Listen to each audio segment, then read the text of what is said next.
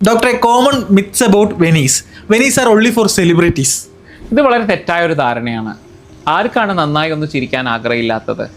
പണ്ടൊക്കെ സെലിബ്രിറ്റീസ് മാത്രം ചെയ്തുകൊണ്ടിരുന്ന ഒരു ട്രീറ്റ്മെൻറ്റ് ഓപ്ഷൻസ് ആയിരുന്നു വെനീർ. ഇന്നിപ്പം നമ്മുടെ മെറ്റീരിയൽ അഡ്വാൻസ്മെൻറ്റ്സ് അതുപോലെ തന്നെ ടെക്നോളജിയൊക്കെ വളർന്നുകൊണ്ട് ഇത് എല്ലാവർക്കും ചെയ്യാൻ പറ്റുന്നതും അഫോർഡബിൾ ആയിട്ടുള്ള ഒരു ട്രീറ്റ്മെൻറ്റ് ഓപ്ഷനായി മാറിക്കഴിഞ്ഞു. വെനീർ ട്രീറ്റ്മെന്റ് ചെയ്താൽ നാച്ചുറൽ ടീത്തിനെ എഫക്ട് ചെയ്യും? ഒരിക്കലുമില്ല.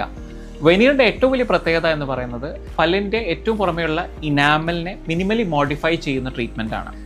ഇവിടെ ആഴങ്ങളുള്ള ഡെൻറ്റിനോ പൾപ്പിനോ എഫക്റ്റ് ചെയ്യുന്നില്ല. അതുകൊണ്ട് തന്നെ പല്ലിൻ്റെ ആരോഗ്യത്തെ ഒരു രീതിയിലും ബാധിക്കുന്നില്ല. വെനീർ ട്രീറ്റ്മെന്റിന് ശേഷം ഒരു നാച്ചുറൽ ലുക്ക് നഷ്ടപ്പെടും എന്ന് പറയുന്നത് ശരിയാണോ?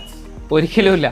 കാരണം ഒരു നാച്ചുറലി നഷ്ടപ്പെട്ട നിങ്ങളുടെ ഷേപ്പ്, കളറ്, അതുപോലെ തന്നെ പ്രൊപ്പോർഷൻസ് ഒക്കെ വീണ്ടെടുക്കാൻ പറ്റുന്ന അല്ലെ റീക്രിയേറ്റ് ചെയ്യാൻ പറ്റുന്ന ഒരു ഏറ്റവും ബെസ്റ്റ് ഓപ്ഷനാണ് വെനീർ. അതുകൊണ്ട് തന്നെ ഈ ഒരു സ്റ്റേറ്റ്മെൻറ്റ് തെറ്റ് തന്നെയാണ്. വെനീസിൽ പെട്ടെന്ന് സ്റ്റെയിൻ പിടിക്കും? ഒരിക്കലുമില്ല. വെനീർസ് ഉണ്ടാക്കിയിരിക്കുന്നത് ഒരു ലിഥിയം ഡൈസിലിക്കേറ്റ് എന്ന് പറഞ്ഞൊരു മെറ്റീരിയൽ വെച്ചിട്ടാണ്.